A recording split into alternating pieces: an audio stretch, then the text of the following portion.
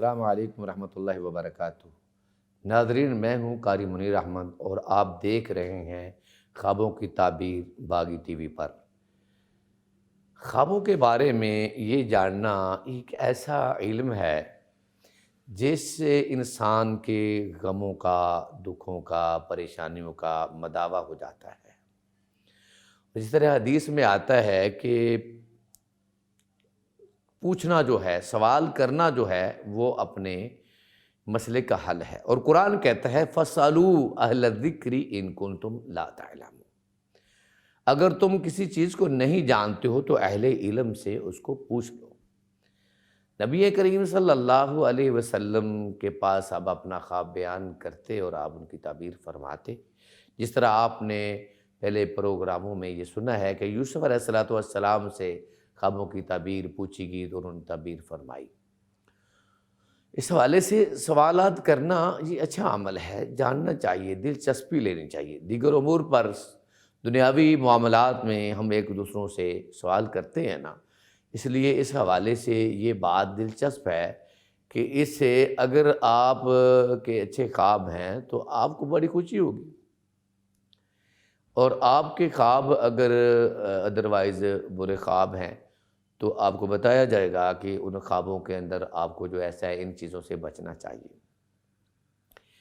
ہمارے ایک دوست ہیں، ہڈیارہ سے تعلق رکھتے ہیں، فیاض صاحب۔ ان کے ایک دوست کو خواب آئی ہے کہ وہ دیکھ رہے ہیں کہ میں ایک باغ میں داخل ہوا ہوں اور باغ سے میں کچھ پھل توڑ رہا ہوں۔ اسی درمیان باغ کا جو مالک ہے وہ وہاں آ پہنچتا ہے اور مجھے پکڑ کے وہ مارنے لگ جاتا ہے۔ تو اس کی تعبیر کیا ہوگی؟ ناظرین، خواب کے اندر باغ کو دیکھنا یہ تو اچھا عمل ہے۔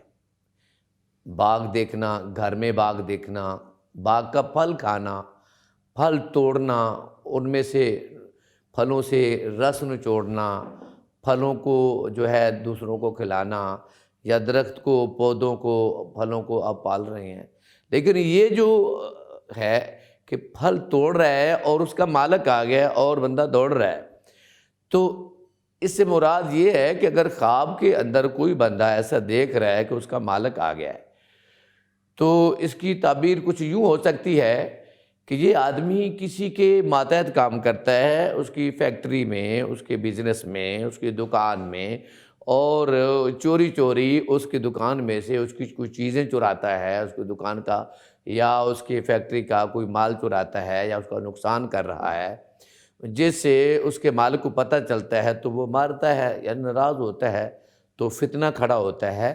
لہٰذا ایسے خواب کی تعبیر سننے کے بعد ہم بھائیوں کو، میں اپنے بھائی فیاض صاحب سے گزارش کروں گا کہ حسن ظن رکھتے ہوئے اگر ایسی بات کوئی واقع ہوئی ہے تو توبہ کریں، اگر نہیں تو پھر احتیاطاً بچنے کے لیے احتیاط کرے کہ کہیں ایسا سوچے بھی نہ، کہیں یہ نہ ہو کہ مسئلہ واضح ہو جائے، کیونکہ خواب میں جب بیان کر کے بتا دیا جائے تو اس کی تعبیر اس طرح ہو جاتی ہے۔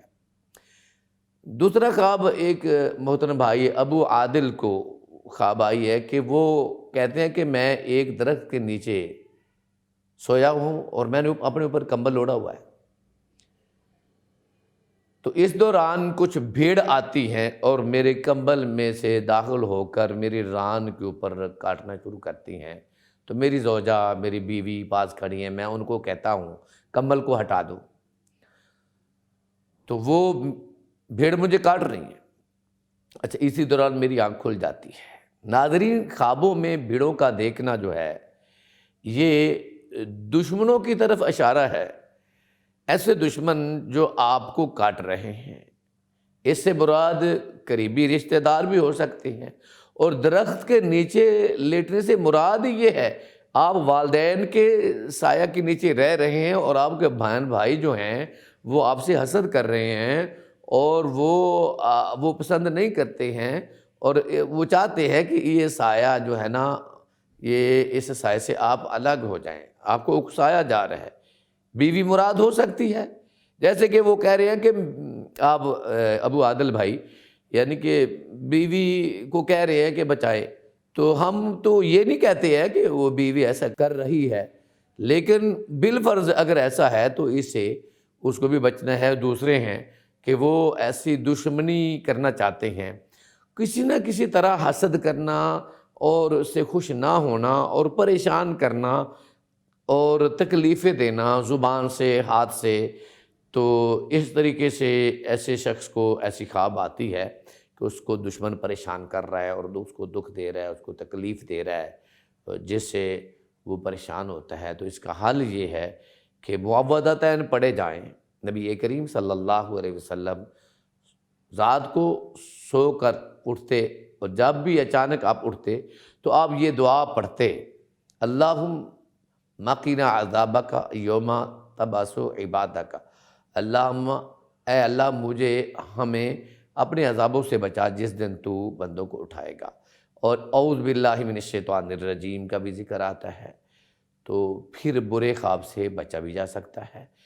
لہٰذا خوابوں کی تعبیر میں اللہ ذوالجلال کی طرف سے ایک مسلمان کے لیے لہم البشریٰ، ایک خوشخبری ہوتی ہے۔